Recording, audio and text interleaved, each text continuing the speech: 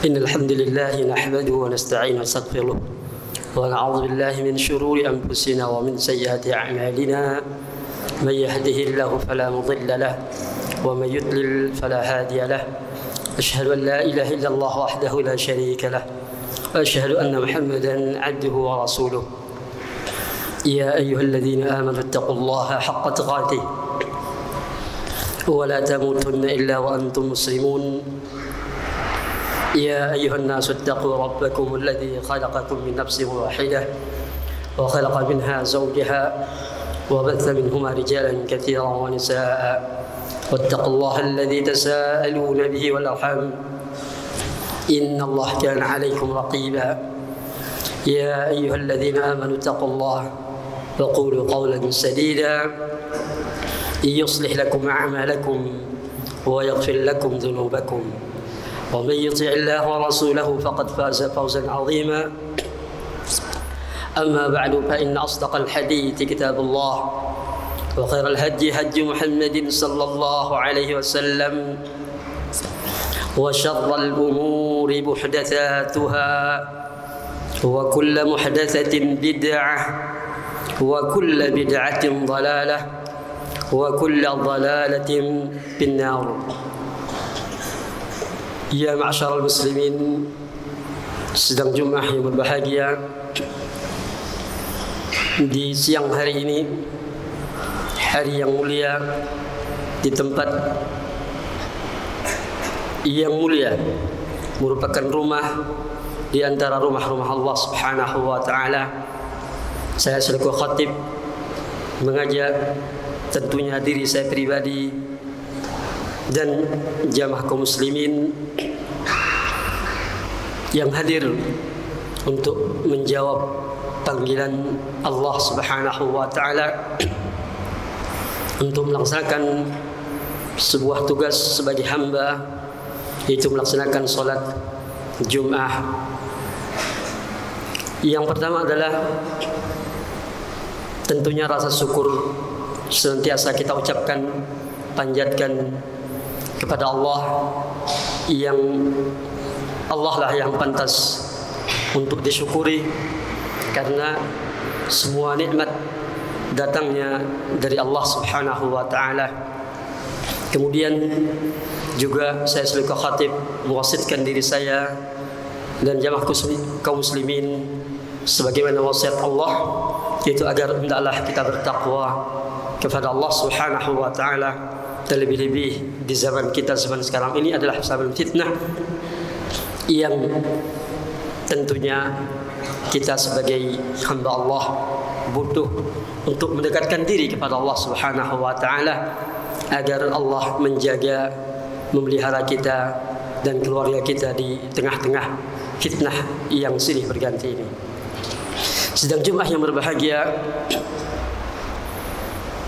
tidak asing lagi bagi kita bahwa rukun yang pertama adalah dalam rukun Islam adalah syahadah an la ilaha illallah wa ashhadu anna Muhammadan Rasulullah, bahwa ikrar seorang muslim mengucapkan, menyatakan persaksiannya bahwa tidak ada sesembahan yang berhak disembah dan sebenarnya adalah kecuali Allah Subhanahu wa taala. Kemudian persaksian yang kedua adalah bahwa Muhammad utusan Allah. Maka pada kesempatan kali ini adalah yaitu persaksian yang kedua, termasuk rukun daripada rukun Islam yang pertama adalah syahadah Muhammad Rasulullah. Seorang muslim mengungkapkan, menyatakan ikrarnya bahwa dia sudah menyatakan bahwa Muhammad adalah utusan Allah Subhanahu wa taala. Maksudnya adalah seorang muslim hendaklah melaksanakan apa yang beliau perintahkan. Seorang muslim hendaklah melaksanakan apa yang beliau perintahkan dan meninggalkan apa yang beliau larang. Kemudian seorang yang sudah menyatakan, mengikrarkan ini, dia membenarkan apa yang beliau beritakan, termasuk perkara-perkara umat yang terdahulu. Rasulullah beritakan bagaimana kisahnya orang beriman, kemudian balasannya di dunia maupun di akhirat kelak. Juga demikian Rasulullah menjelaskan, memberitakan bahawa umat-umat terdahulu dari kalangan orang kafir dan akibat kekufuran. Juga Rasulullah SAW memberitakan tentang kondisi zaman sekarang ini. Akhir zaman akan hancur, dan beliau beritakan tanda-tanda kehancurannya. Termasuk akan terjadi berbagai macam perbuatan maksiat yang halal dijadikan sebagai untuk diharamkan, yang haram dihalalkan. Perzinahan sudah mulai merajalela, khamar dianggap sebagai yang halal. Bahkan bencana yang silih berganti merupakan salah satu tanda semakin dekatnya kehancuran bumi ini. Bahkan beliau memberitakan bahwa Dajjal salah satu di antara tanda kiamat. Turunnya Nabi Isa juga termasuk tanda hari kiamat. Seorang muslim yang mengucapkan asyhadu anna Muhammadan Rasulullah membenarkan apa yang beliau beritakan. Termasuk beliau memberitakan tentang perkara akhirat yang belum terjadi. Bagaimana di makbarah, kondisi orang-orang yang ada di kuburan, ada kenikmatan, ada azab.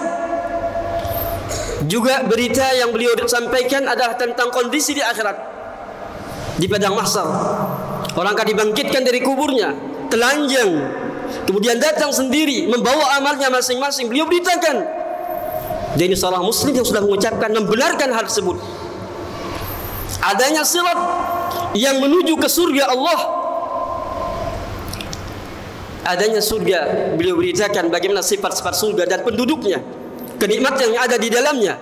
Neraka, kemudian sifat-sifat neraka dan penduduknya, bagaimana kondisi orang-orang yang ada di dalam neraka. Beliau beritakan. Orang sudah mengucapkan kalimah ini, syahadah anna Muhammad Rasulullah, tanpa ada keraguan, dia membenarkan juga. Demikian juga seorang muslim tidaklah beribadah kecuali apa yang beliau syariatkan. Tidaklah seorang melakukan sebuah rutinitas atau ibadah kepada Allah Subhanahu wa taala kecuali apa yang beliau syariatkan. Maka setiap muslim, bahkan merupakan salah satu syarat diterimanya semua amal ibadah adalah dengan mutaba'ah li Rasulullah sallallahu alaihi wasallam. Karena dua syarat yang sangat urgen dalam beribadah kepada Allah Subhanahu wa taala adalah, yang pertama yang tidak asing lagi bagi kita adalah ikhlasun niyah, dan itu merupakan konsekuensi daripada asyhadu an la ilaha illallah. Kemudian syarat yang kedua adalah mengikuti tuntunan Rasulullah sallallahu alaihi wasallam. Kedua-keduanya tidak bisa dipisahkan salah satunya. Orang melakukan sebuah amal ibadah ikhlas lillah, mengucapkan kalimat la ilaha illallah setelah salat 100 kali, 1000 kali dengan ucapan la ilaha illallah, la ilah berbarengan dengan penuh ikhlasan, maka dia belum datangkan syarat yang kedua. Ini salah satu tertolaknya sebuah amal yang dilakukan. Demikian juga dia melakukan sebuah amal ibadah yang sesuai dengan tuntunan Rasulullah sallallahu alaihi wasallam, tapi kosong dari ikhlasun niyah, tidak karena Allah, maka juga salah satu tanda sebabnya tidak diterima amal ibadah seorang. Maka kedua komponen ini tidak bisa dipisah-pisahkan, yaitu ikhlasun niyah, kemudian mutabah li Rasulullah sallallahu alaihi wasallam.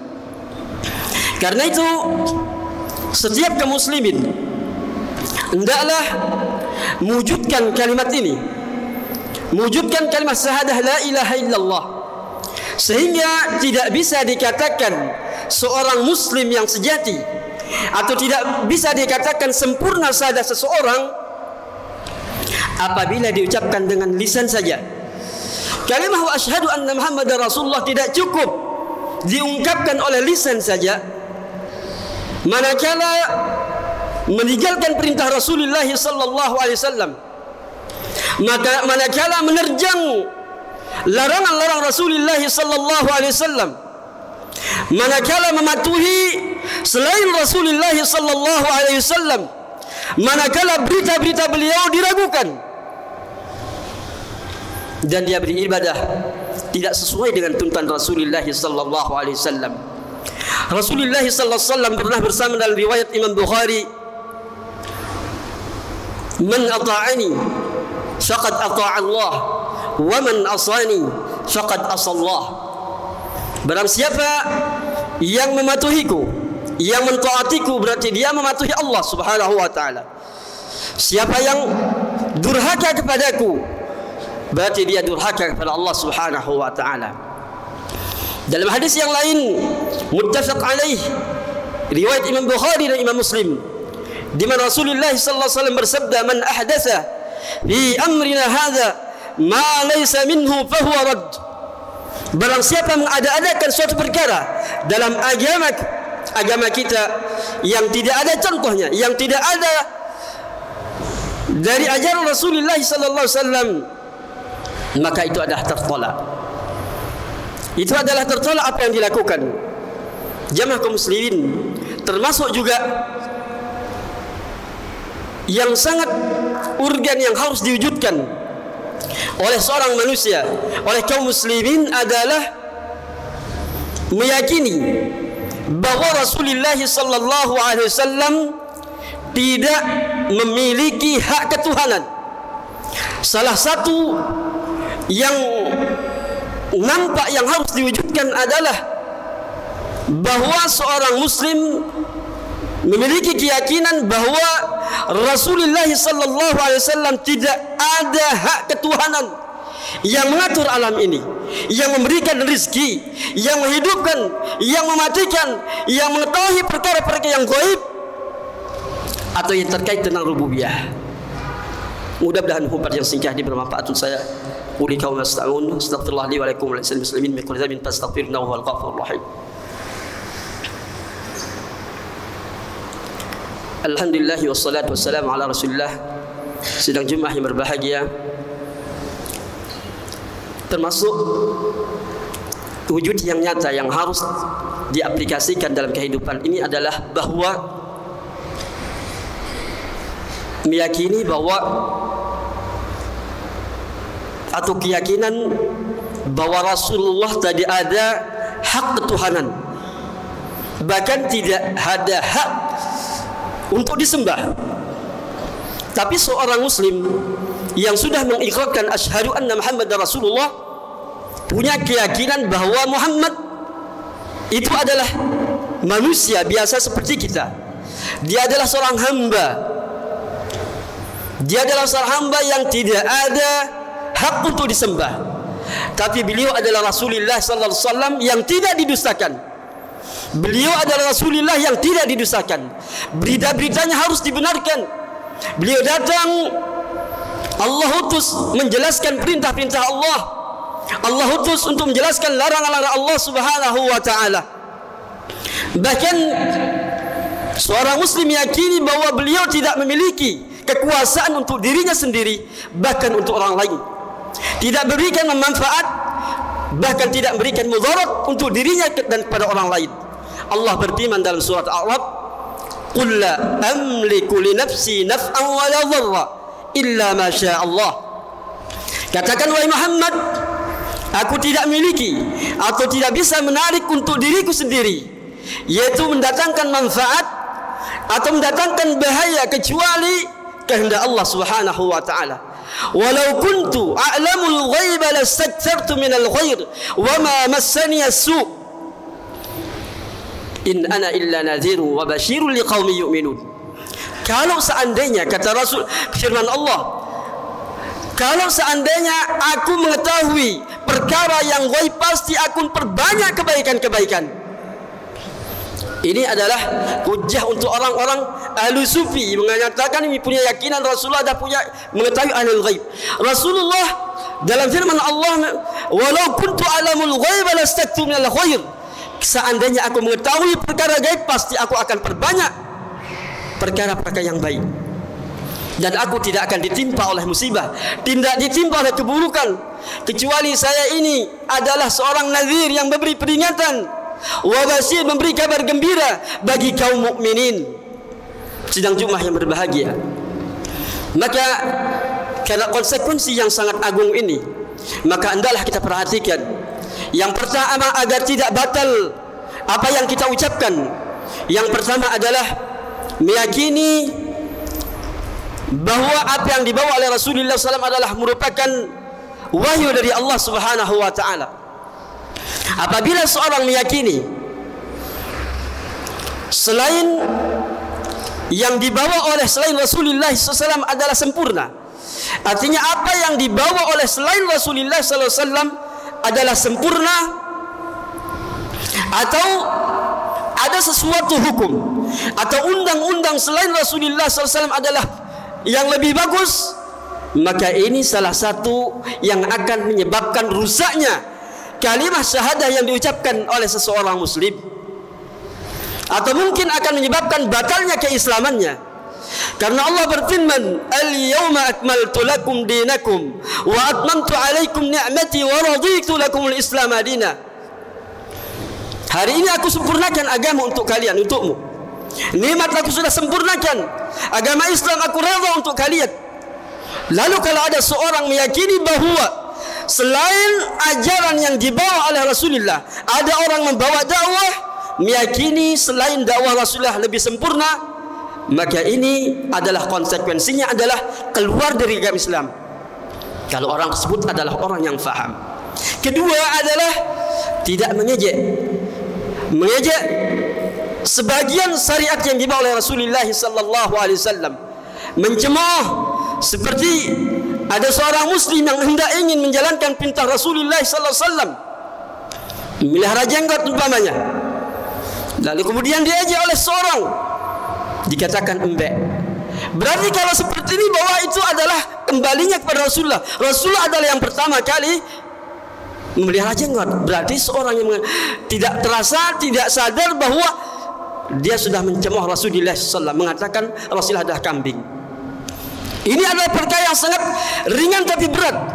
Atau mengajak-ajak orang yang ingin melaksanakan sunnah perintah Rasulullah SAW, menjaga sunnah Rasulullah, yaitu ingin mengangkat sarung atau celana di atas mata kaki. Lalu orang lain mengatakan ini kebanjiran, atau kainnya yang kurang uangnya untuk beli bahkan kain. Ini adalah salah satu yang dicemooh diajak sunnah Rasulullah SAW, di mana dia ungkapan bahwa wa anna Muhammadan Rasulullah, kan Rasulullah membawa wahyu, wa ma yantiqu anil hawa, Rasulullah tidak berbicara kecuali dengan wahyu yang datang dari Allah Subhanahu wa taala. Kemudian di antaranya adalah ada keyakinan bahwa apa yang dibawa oleh Rasulullah SAW adalah tidak relevan, tidak sesuai dengan kondisi zaman sekarang ini. Ini adalah suatu ungkapan yang kelihatannya ringan tapi berbahaya untuk kaum muslimin atau orang yang mengucapkan hal tersebut. Maka jamaah kaum muslimin, marilah kita menjaga apa yang sudah kita ungkapkan, apa yang sudah kita ikrarkan bahwa Rasulullah Muhammad adalah utusan Allah Subhanahu wa taala. Mari kita menjaga, bahkan kita menjunjung, bahkan kita membela ajaran Rasulullah sallallahu alaihi wasallam. Mudah-mudahan khutbah yang singkat ini bermanfaat untuk saya dan jamaah kaum muslimin. Allahumma salli ala Muhammad wa ala ali Muhammad kama sallaita ala Ibrahim wa ala ali Ibrahim wa barik ala Muhammad wa ala ali Muhammad kama barakta ala Ibrahim wa ala ali Ibrahim innaka Hamidum Majid. اللهم اغفر للمؤمنين والمؤمنات والمسلمين والمسلمات الأحياء منهم والأموات. اللهم أرنا الحق حقا وارزقنا اتباعه وأرنا الباطل باطلا وارزقنا اجتنابه. ربنا اغفر لنا ولإخواننا الذين سبقونا بالإيمان ولا تجعل في قلوبنا غلا للذين آمنوا ربنا إنك رؤوف رحيم. ربنا هب لنا من أزواجنا وذرياتنا قرة أعين واجعلنا للمتقين إماما. ربنا لا تزغ قلوبنا بعد إذ هديتنا وهب لنا من لدنك رحمة إنك أنت الوهاب. ربنا آتنا في الدنيا حسنة وفي الآخرة حسنة وقنا عذاب النار والحمد لله رب العالمين.